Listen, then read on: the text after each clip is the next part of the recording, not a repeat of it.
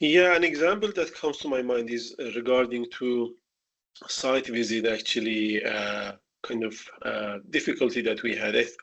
I suppose most of universities having this issue because arranging site visit for big cohorts when there are requirement of high level of PPE is really hard.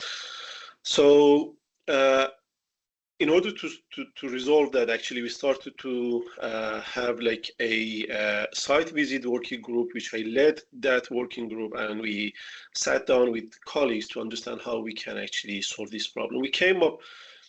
We ended up with this idea to use virtual actually site visits because we have enough infrastructure here in terms of the rooms with VR headsets and this sort of facility for students to go there and have the experience virtually, but in a immersive and actually interactive way. The problem was that we don't have a digital asset required for that. So we applied for internal funds available for that, and we got the funds to have student interns and work with external partners to understand how to produce this digital asset to provide them to our Helix Center so students can go there and have the virtual immersive interactive experience rather than going to site visit, which is much easier to arrange, and it will be I believe it will have higher level of value in terms of the education. As you say, we had plenty of problems because we deal with lots of different timetables, lots of different people and students. And very specifically, one problem that's coming up in the future for us is that a lot of our undergraduate students will be moving to a different campus in the next few years. And because our modules, the cohorts consist of students from all the different departments, we need to think about how can we get them all in one place at the same time. So our current approach won't work anymore. And we could, of course, see this as a major problem and get very worried. But instead, I've decided we can approach it as an opportunity, since we are encouraged to think about it that way in the course. Because there's another issue. We never achieved full mixing of all departments in our modules. We currently have half of the students at one time and the other half at another time.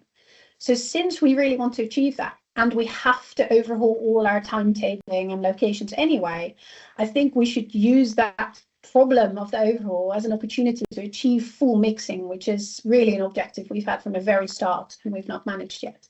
Yeah, so the module on turning problems into opportunities in particular opened my eyes to this differentiation between low and high hanging fruit. So if you're facing a problem, there may be solutions that take a longer time to implement.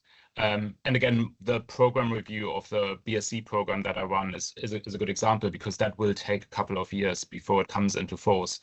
However, there are also low-hanging fruit. So these are measures that you can take in a shorter term in order to address any problems.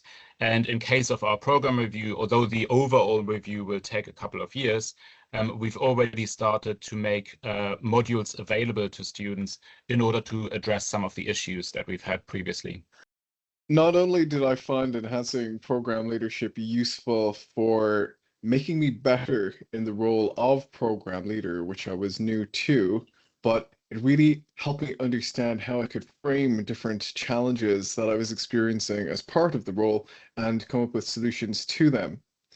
One of the big challenges that I've had a lot of help with addressing wasn't solved through the materials of the program, but through the group or the team that I was working with over the course of enhancing program leadership.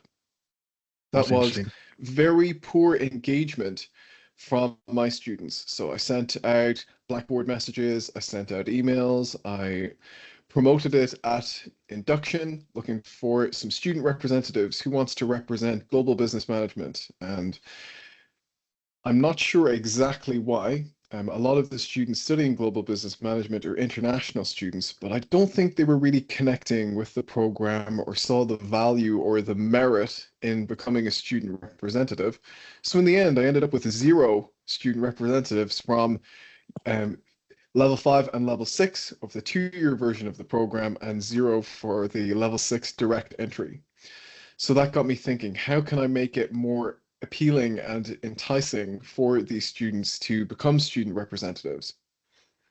As part of conversations with the team or the group that I was working with across Enhancing Program Leadership, came up with some really great strategies that I think are going to be effective, and I'm looking forward to trying them out when the module starts again towards the end of September. Yeah, so as part of the program, we are put into a group, and we meet those group outside of the workshops in our own time, and we discuss some of the key themes brought into the course.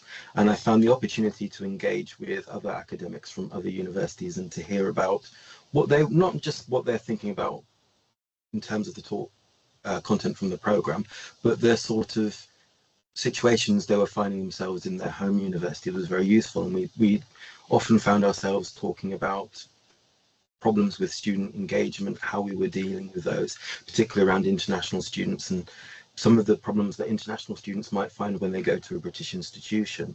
But also, as this was a few months ago, obviously Gen AI was on everybody's minds, and thinking of ways how we could actually, again, turning problems into opportunities, move away from academic misconduct considerations towards maybe enhancing student education through the use of generative AI.